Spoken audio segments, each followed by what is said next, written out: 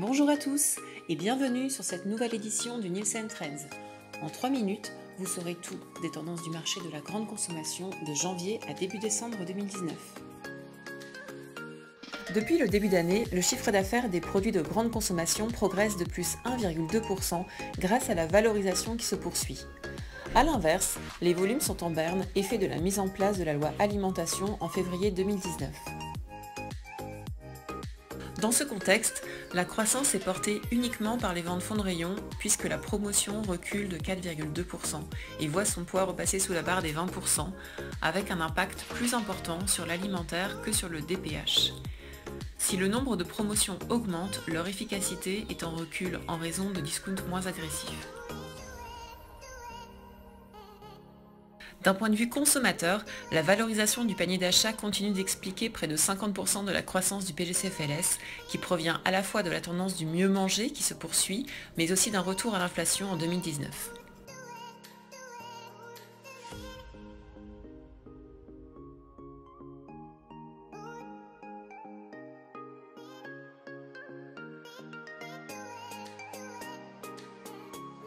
En termes de circuits, SDMP et Drive sont les plus dynamiques sur l'année et contribuent ensemble à près de 60% des gains du marché, les 40% restants étant assurés par les hyper et les super.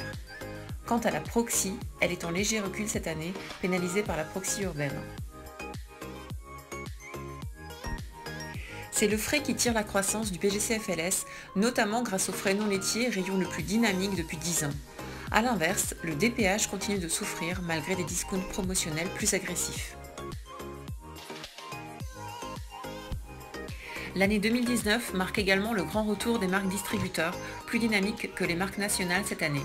Elles bénéficient d'un dynamisme de la MDD standard qui s'ajoute à celle des offres bio et premium et retrouvent ainsi leur poids de 2016 d'environ 33%. À ce titre, les MDD sont le premier levier de croissance du PGCFLS suivi des grands groupes. Les très petites entreprises et petites et moyennes entreprises pénalisées en ce début d'année reprennent des couleurs. En revanche, les entreprises de taille intermédiaire sont en recul. En synthèse, une année 2019 marquée par la mise en place de la loi alimentation, un retour de l'inflation et une moindre agressivité promotionnelle impactant les volumes.